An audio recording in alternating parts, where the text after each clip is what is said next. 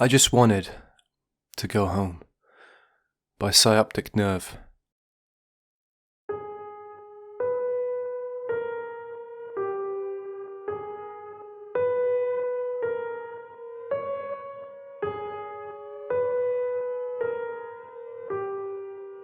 I've been walking home after a late shift with my head down, in that post-work daze where all you can really think of is eating some food and vegging out, when I met her. "Oh, there you are, babe."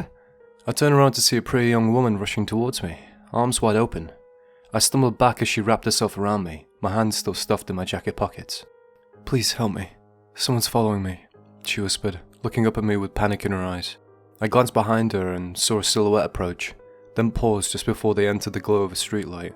"Yeah," I murmured, staring straight at the person to let them know I could see them. I hoped this would be enough to turn them away, but they remained motionless. "Will you walk me to my place? It's not far, I promise," she asked. "Yeah, of course." I didn't like turning my back on her pursuer. As we walked, I strained my ears to listen for approaching footsteps. Every so often I glanced back, unnerved to see them each time, always avoiding the light and standing in the shadows, still and silent. "Are they still there?" She tugged at my sleeve. "Yeah, they are. Listen, I don't know if we should walk straight to your place. Then they'll know where you live," I said, stealing another glance behind us. "We should try lose them somehow." She looked up at me, and I watched her cycle through expressions as she tried to decide if I was trustworthy. "We can go to a place with more people around," I added, hoping I hadn't alarmed her. "Look, there's a diner a few streets over. We can sit down, wait a while, make sure the coast is clear before you leave. You hungry?" "No, but that's fine with me. It's freezing out here," she replied after a few moments. We crossed the street at the next intersection. I looked back to see the figure still standing on the other side, watching as we disappeared around a corner. I quickened the pace, practically dragging her along. Once we made it inside the relative safety of the diner, I picked us a booth away from the windows, but at an angle that I would be able to see if anyone walked by. After our waitress dropped off our menus and glasses of water, my new acquaintance appeared to relax a bit, though her hands were still so shaky that she had to use both of them to sip her water. We sat in silence, and I kept my eyes on the window. "I'm really sorry I ruined your night," she blurted after all. I panicked. No, not at all. Totally fine. I'm glad you said something. That was definitely sketchy," I assured her. She looked down at the table, and we went back to uncomfortable silence. Not wanting to keep her from getting home, I eventually came up with a suggestion. "Look, I could call you a cab or something? Get you a ride home? That way, that creep won't be able to follow you." She didn't look up and address the table. Her response took me aback. "I don't know if it would even matter." "What do you mean?" She sighed, bringing her hands to her face and rubbing her eyes. "It'll still be out there somewhere." "It?" She spread her fingers open, peering at me from behind them. "Yes, it, them, I don't know anymore."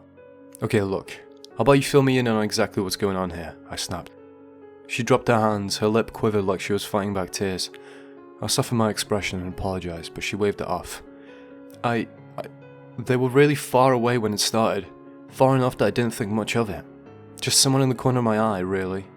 At first I thought I was just imagining things. It took a while for me to realize that I was being stalked. I narrowed my eyes at her, wondering just what I'd gotten myself involved with. "It just kept getting closer," she continued. It got so close I could almost see it clearly.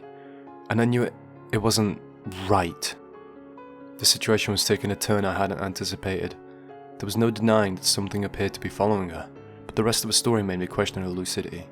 I chose my next words carefully. "Why don't you tell me what you think you saw, and I'll try and help you. And if I can't, I'll find someone that can." She pulled back instantly, regarding me suspiciously.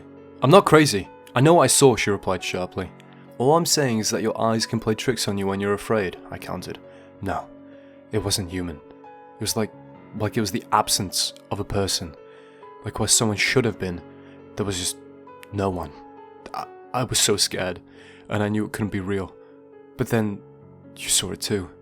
"I did see someone, that part is accurate. But I didn't see anything that made me think that they were..." I trailed off as something caught my peripherals. Outside the window there had been a nearly imperceptible movement. But as I squinted toward it, I could make out the vague outline of a figure in the alley across the street. She followed my gaze, twisting in her seat. "It's there, isn't it?" she breathed. I nodded, gritting my teeth.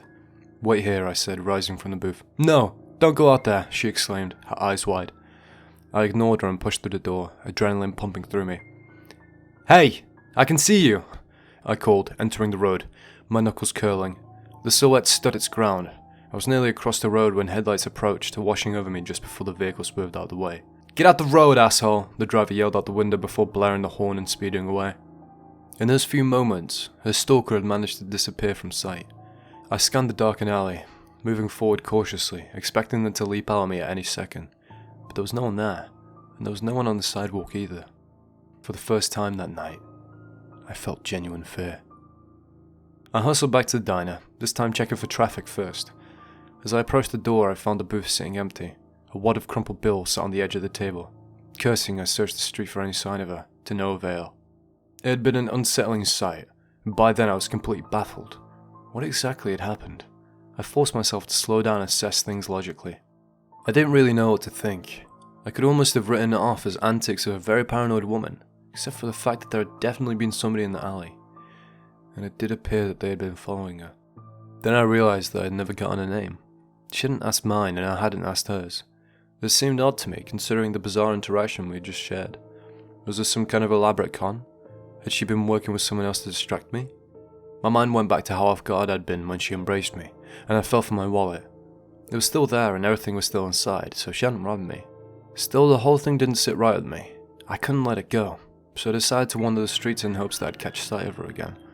I pulled my hood tight and headed back in the direction we had come from, still trying to piece the puzzle this evening together as I trudged along.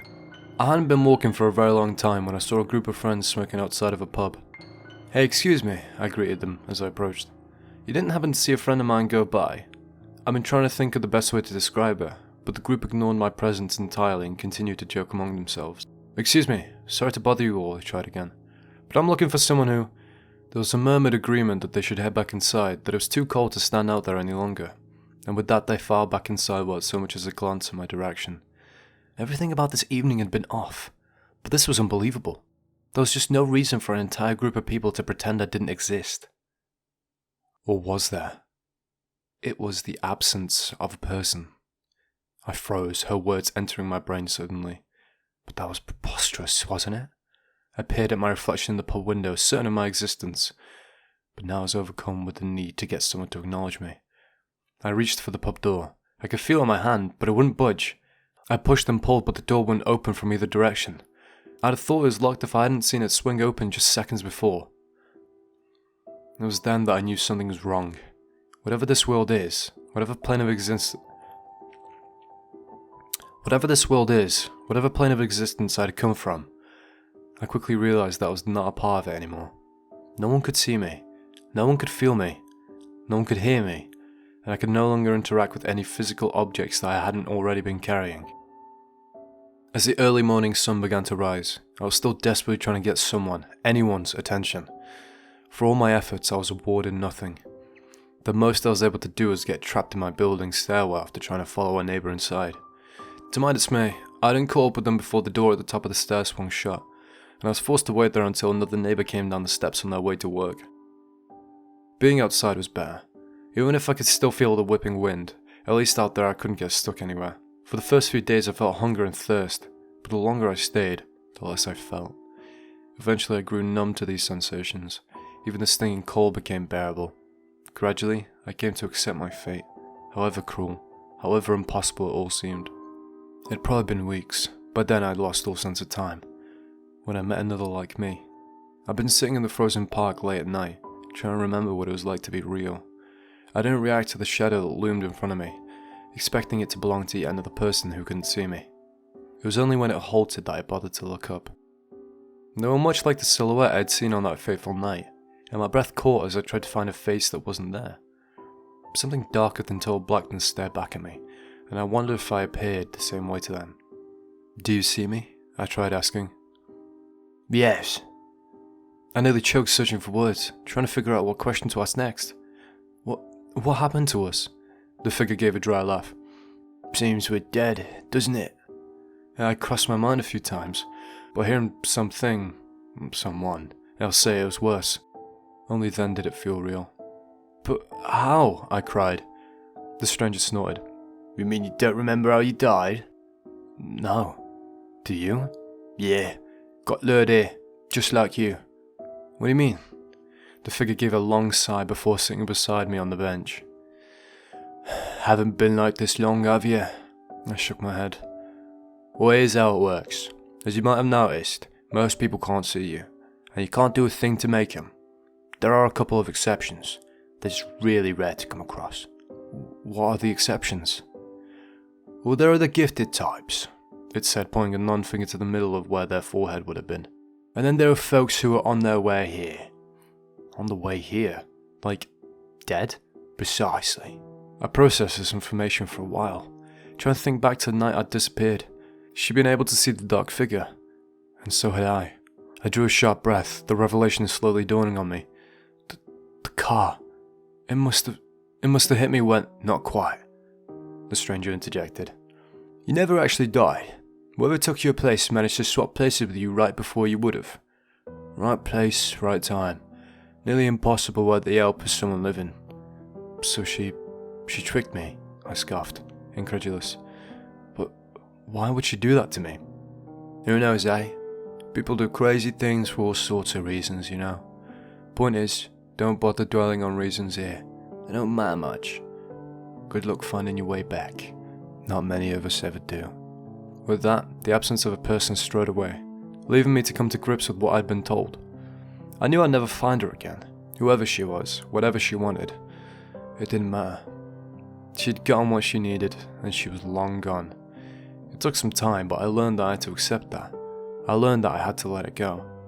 It seemed the only way I'd ever make it back was to remain vigilant, to notice anyone who gave me the slightest glance. So I wandered, aimless, directionless. For how long I can't say. Time doesn't really seem to matter as much here. You kind of forget about it after a while. All I can say is that one day, my efforts paid off. One day I found my ticket back, after searching for so long. So I thank you, my friend, for the opportunity. I hope that you find your way back someday.